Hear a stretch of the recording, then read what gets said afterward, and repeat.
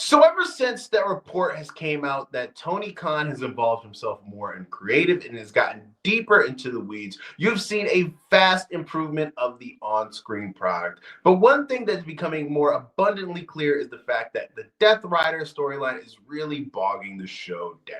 Hey, what's going on, guys? It's Kevin Zwicker from Fast Count coming at you. Before I get into this video, please remember to hit the like button and subscribe. Hit the like button and subscribe. And oh yeah, hit the like button and subscribe. So AEW has a lot of good things going on for themselves at the moment. This was the go-home show to Revolution, one of their signature pay-per-views of the year. I'm really enjoying the Swerve and Ricochet feud. I think that Hangman and MJF are doing some really good stuff.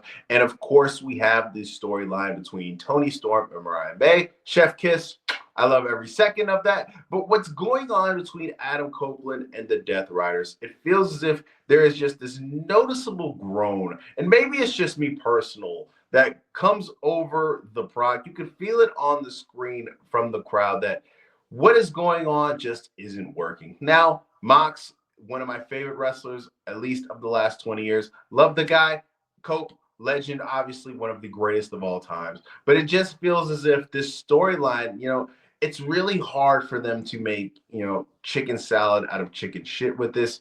I've stated this multiple different times, and this isn't coming from a source. This is just me, reading tea leaves and just going off of what seems to be clear to me, is the fact that the way that the Death Riders storyline started off was, it feels as if Shane McMahon was going to be involved with it in the beginning. And then, of course, what reports have come out about the outrageous demands that Shane wanted, it just didn't work out between the two sides. And they've had to kind of just go, book this from the fly, book this from the side of their hip. And it's just, it just feels as if you got this fast-paced show going on with these hot angles, like I mentioned before. And it just, everything kind of just slows down when anything Death Rider related is on the television screen. Now, you had a match tonight between Cope and Wheeler Yuta.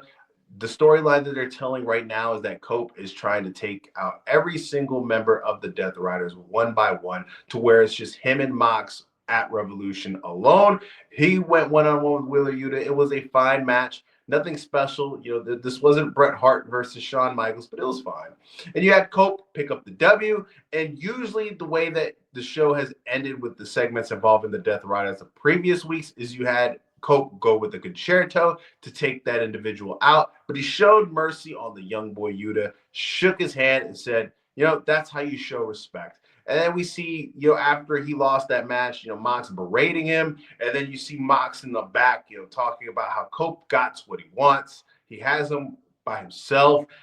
At Revolution, it's just going to be two individuals. And the way that they're saying that, right, you're going to either get a introduction of a new member of the Death Riders, because they're just selling the fact that it's alone.